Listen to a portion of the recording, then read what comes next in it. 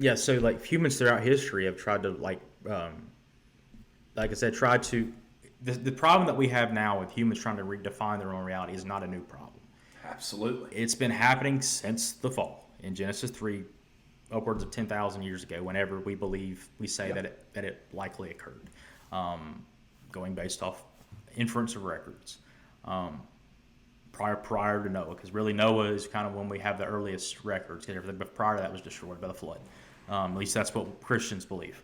And so humans throughout history have tried to define reality for themselves. All the things that basically tried to take everything that God has set in place, and humans have tried to take that and form other opinions about it. And so this has resulted in all kinds of things that Scripture say will occur. I've always described it as a set of D's: death, destruction, decay, and death. Or I said death twice, but those kind of things, because ultimately they're a chain Sure. to separate ultimate separation from God is really what it is. And so it's almost like a death spiral, so to speak.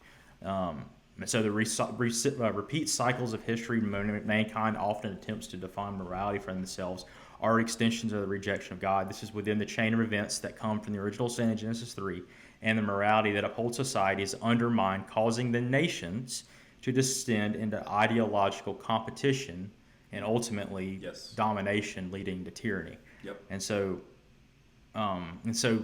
historically, we've seen this kind of in the way, I guess you could say, governments are set up. Because if you look at it, God, as we know from scriptures, God set up three institutions. You have, well, they're four, technically four, but really three as the extension of the first. The first is the individual. Yep. The second is the family. The third is the church, and the fourth is the government. And so, and those are all found throughout Scripture. Genesis always starting with the individual, the family, the church, also beginning with the Levitical law under Exodus and Moses, and then eventually being fully established by Christ, and then the government. It's kind of where you see that is ultimately with God taking the tribe that is the 12 tribes of Israel and Yep. forming it into a people group that becomes a government, and then Which leads into a lot of current events. right, and then the way that it's supposed to be is described in Romans 13, where Paul is writing to the church at Rome, and kind of describes, okay, this is how a government Yes. should function according to God. Yes.